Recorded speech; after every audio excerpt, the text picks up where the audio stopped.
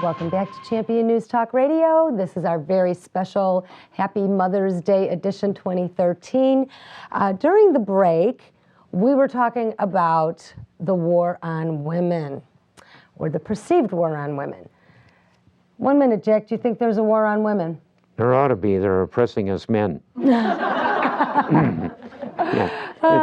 It's good to get a little humor into the thing because it's so damn serious you could cry about it.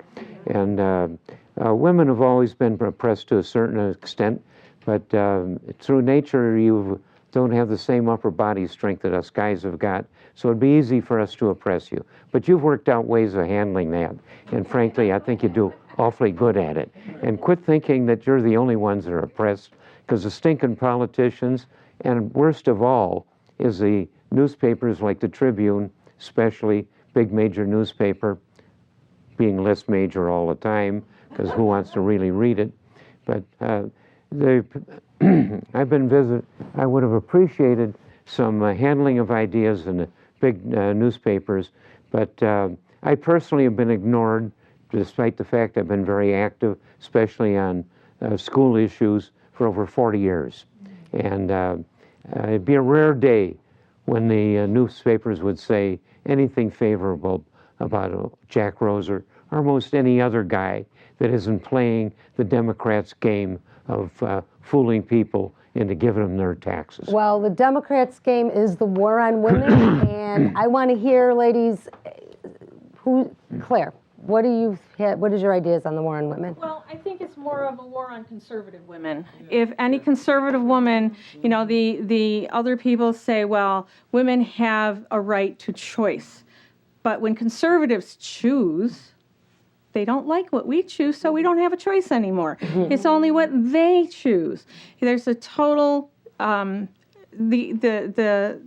difference between what conservatives are allowed to have as their values and what non-conservatives or left-wing ladies are allowed to have as their values, there's a complete difference there. Conservative women are always attacked. Other women are not. So that's where the war on women is. And I think personally that the biggest war on women is really truly the war on the Constitution that's going on right now. Because we all hold the Constitution dear. Our families are dependent, our future is dependent on that Constitution staying strong, the United States Constitution, as our backbone of our society. Without that, there's a war on the entire country, and that's where we're hurting the most. So really the war on women... Beautifully done. Yeah. Beautifully. I guess the war on women is on Lady Liberty herself, actually.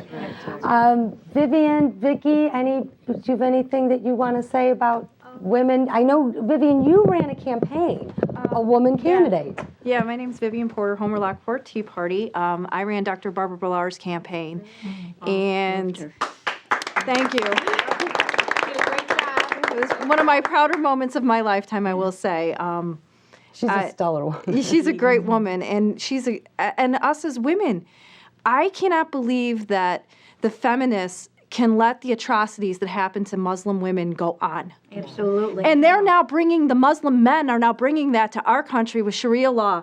I mean, if we don't do something, we're all going to be property of our husbands, because that's what they believe in Sharia. I mean, I'm not chattel. I think we're all strong women here today. Right. But seriously, I mean, you talk about honor killings that are going on within this country too, and then if you take it back to the Middle East, they're killing those women.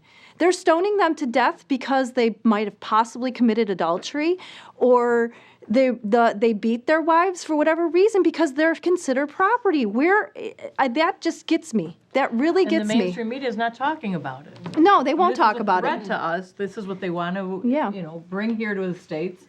No one's talking about it, mainstream media. How about recently you had that gal that was married to that bomber in Boston? Right. He made his wife change her religion. Sure. Right.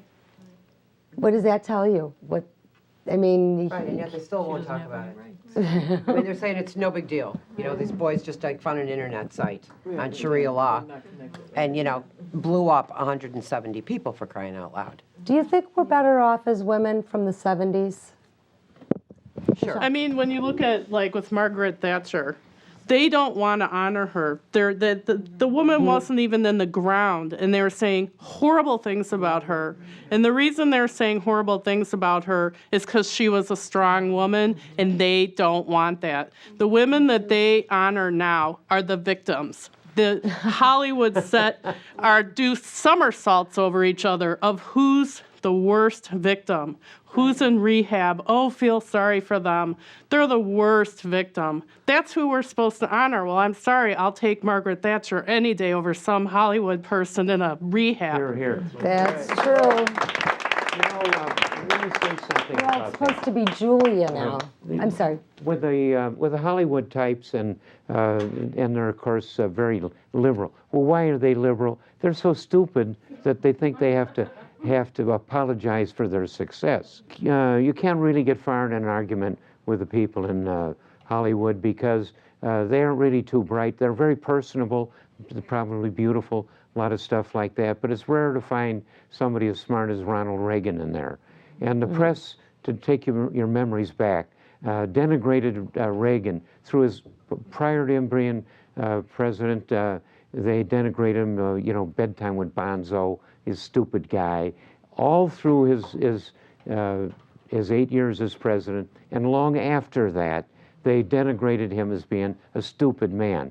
Well, there's a reason for that, and the reason is don't expect to win an argument with liberals, because liberals are not driven by logic. So I'm going to swipe almost all of the newspaper reporters and all of the Hollywood types into the bin of pretty but stupid people.